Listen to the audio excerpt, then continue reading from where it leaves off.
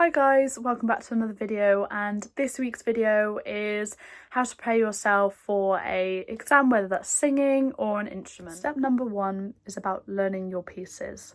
When I completed a singing exam a few years ago now, I had 3 pieces that I had to learn all the lyrics for and the music to. There will be parts which you learn quicker than others, and you're going to really enjoy those parts because you can get them nailed and you'll be super confident with them. But you must focus on the parts you aren't as confident with and that you find challenging. Picking your favourite parts to keep rehearsing isn't very helpful at all. So to be able to learn the piece correctly and fluently, you need to focus on those challenging parts, the ones you are least confident with, and then you can be confident and then you can be ready for your exam to be able to perform them to the examiner. Step 2 is practicing sight singing and scales. Practicing sight singing and scales on a regular basis using the practice books dedicated for your exam board is a really great habit to get into. Yes, you're probably going to practice these most of the time with your instrumental teacher, but it's also great to practice these without them, as they're not going to be at your exam on the day.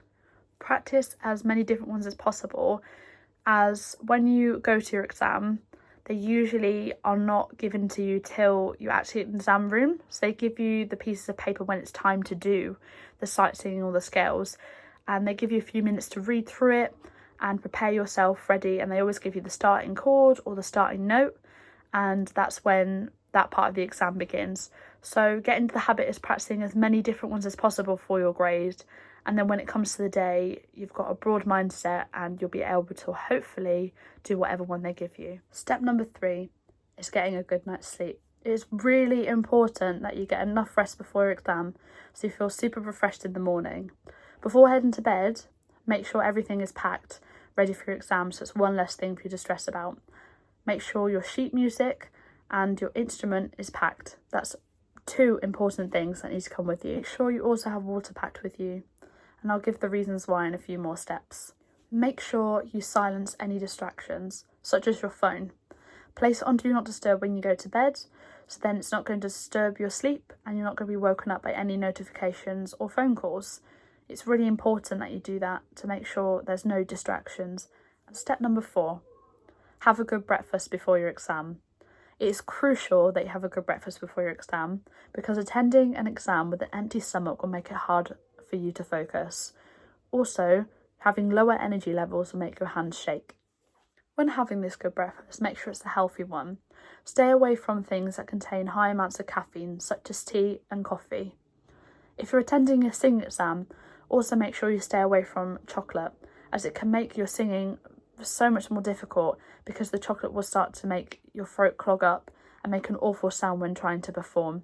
That's my experience anyway. When I used to go to a singing exam, I stayed away from it, knowing that chocolate didn't help my singing at all, from when I used to practice and have chocolate before going to my singing lessons, because I might have just had lunchtime or break time, and it was not a healthy choice anyway. So stay away from chocolate, and don't forget to stay away from things that contain high caffeine as well, such as tea and coffee. Step number 5 brings us back to why we need to pack water to attend our music exams. Drinking plenty of water for those especially who sing and play a wind instrument is extremely important, as having a dry mouth will make it harder to play. Also, being dehydrated will also impact how you breathe and may make you feel unwell when trying to play in the exam. Remember to take water with you, so don't forget to pack it before you have your good night's sleep. Step number 6 is about breathing. Stress and anxiety prior to an exam is very common, so breathing exercises is a way to help you remain calm. All you have to do is breathe in for 5, hold, and slowly release the air, and repeat the process until you feel slightly calmer. It will help you before going into the exam, so then you don't feel as stressed or uptight, and then you're able to focus on what you need to do during your exam process. Step number 7, getting there early. Leave with plenty of time so you avoid any sort of traffic, and if you're using public transport, make sure to either catch an earlier train or bus, or make sure you catch one that gives you plenty of time to walk to the exam building and give yourself time just to relax and prepare yourself, because you don't want to be getting stressed or adding any more stress onto how you're feeling before your exam. It's the last thing you want to do. So make sure you leave with plenty of time so you arrive there early and you have some time to settle. Also, when arriving early, you'll be able to practice your pieces before going into your exam. Using the time to have a quick run through will be really great to make you feel more confident with what you're going to play in the exam. And also, if there's any errors made, you can go over them again and correct them. Arriving early will make you less frustrated, and you'll also be able to settle in the environment around you and look where the exam room is, so then when it comes to the time, you won't be stressed on where to find anything. Step number 8.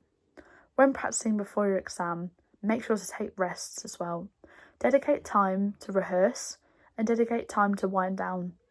If you rehearse way too much in practice, you will tire yourself out, and then it can mean to making more mistakes, and then when it comes to your exam, you might not be prepared to be able to sing or play without the sheet music in front of you.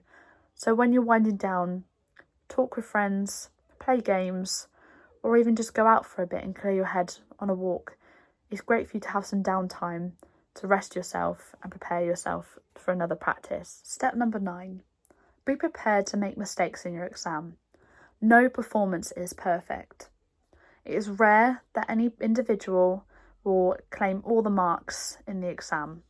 If you do make a mistake, don't panic, don't stop playing the piece or singing, and don't apologise. Simply carry on as if you were performing on stage. It's a similar environment, you just haven't got all the lights beaming down on you and there isn't loads of people watching you, just one person listening and marking your performance. Just carry on because you don't want to be marked down for not finishing the performance. If you allow for these mistakes and you don't put too much pressure on yourself, you'll naturally just make less mistakes as you'll be feeling less nervous when performing your pieces. Finally, step number 10. This one is super important. Don't forget to enjoy yourself when being in the exam. Yes, there's a lot of pressure on yourself and you may feel anxious or stressed and nervous too, but remember to enjoy the moment. Once the exam is over and you wait for the results and you finally receive them, just think about how rewarding it will be when you get those results back and knowing that all your hard work paid off. So those were 10 top tips on how to prepare yourself for an exam and what you should do. That's all for today's video. Thank you so much for watching and I hope those top 10 tips really help you to prepare for your exam. In the next video, we'll be looking at Logic Pro and doing an introduction to the software. So if you're interested in working on the software and also being part of the production side of music, then the next video is definitely for you. See you all soon.